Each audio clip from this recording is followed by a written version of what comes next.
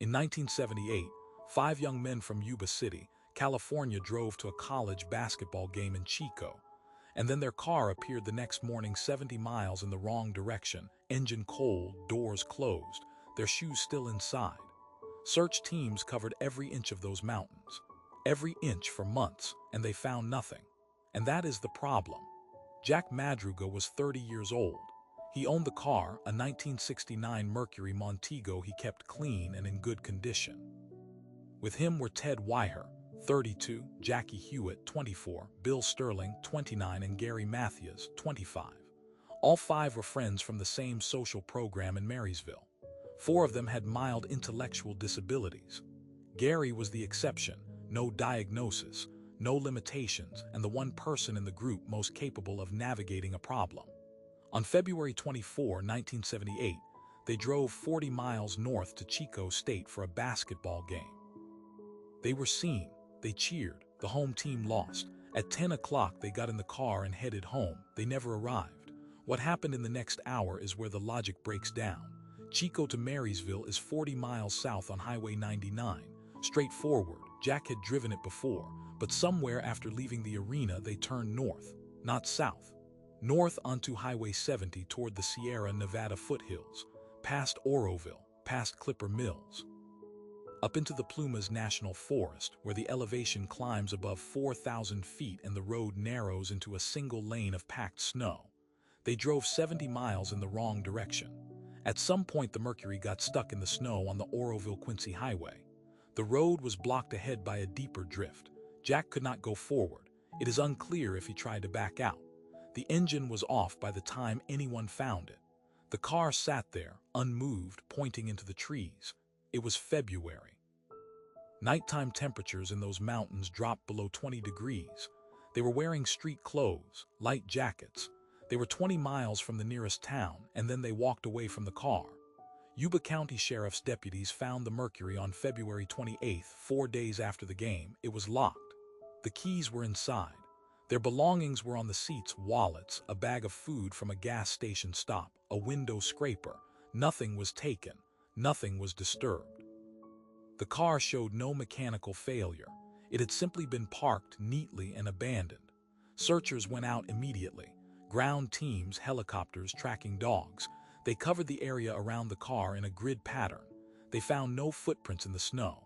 The storm had come through, yes, but dogs trained for this work found no scent trail leading away from the vehicle. No broken branches. No disrupted snow on the forest floor. 5 adult men walked away from that car, and the forest gave back nothing. No trace of the direction they went. No sign that they had been there at all. The most accepted explanation is that they panicked. That they got confused, drove the wrong way, and when the car got stuck, made the worst possible survival decision, leaving a stationary vehicle in sub-freezing temperatures without adequate clothing. It happens. People in crisis abandon shelter. They walk in the wrong direction. They misjudge distance and warmth. The theory holds that they tried to find help and succumbed to hypothermia somewhere in those woods, their bodies buried under snowpack that winter searchers could not reach. It makes sense. Right up until it doesn't. 13 weeks after the car was found, a ranger checked on a remote maintenance trailer at Rogers Cow Camp, roughly 1 mile from where the Mercury was abandoned. The door was open. Inside, Ted Weiher was dead. He had been there for weeks. He had survived longer than anyone expected on canned food and condensed milk stored in the trailer for emergencies. He lost an estimated 100 pounds. His feet had developed severe frostbite. His toes were gone. But the food in that trailer was enough to sustain all 5 of them for over a year. Ted had barely touched it. Within a short distance of the trailer, searchers found the remains of Jack Madruga, Bill Sterling, and Jackie Hewitt. They had not made it inside. They died in the open near the trailer, feet away from shelter. Remember the car parked neatly in the snow. 4 men who died within a mile of it. 5 men who had, apparently, reached this trailer, and one of them stayed alone and waited. Gary Matthews was never found. Not a bone, not a scrap of clothing, nothing. Gary was the only one in the group without an intellectual disability. He was the one most equipped to seek help, to flag down a car, to find the road. He was also the only one with a documented history of violent behavior when he stopped taking his medication. His family reported that Gary had been behaving strangely in the days before the trip. He went into those mountains with 4 men who trusted him. He was the only one who walked out. The Yuba County Five case has never been closed. No cause has ever been established for why they drove north.